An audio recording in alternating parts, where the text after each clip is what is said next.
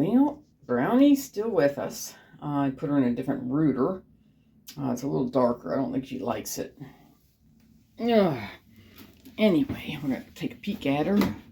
Now, see if I can unlock this. I'm going to lock it just in case I think she could pop herself out. There we go. Hi, Brownie.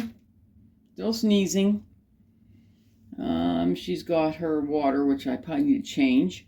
And she's spread her food all over the place. I think she's looking for mealworms, and then she'll eat whatever she likes next.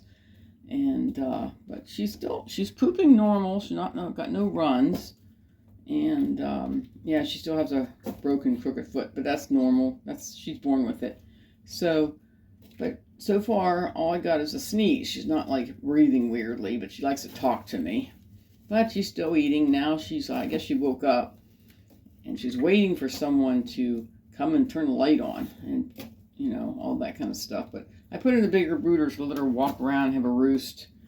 And this is the grow-up brooder for the babies. She was in this when she was an infant, and now she's an adult, a 5-year-old adult, trying to debate if I'm going to live or not. I think she will live. She's just a little slow.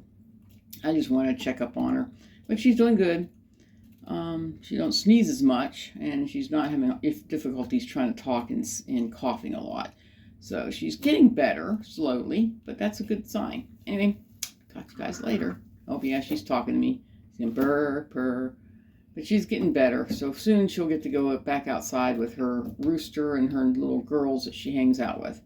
Talk to you guys later. Hope you enjoy the video. Bye-bye.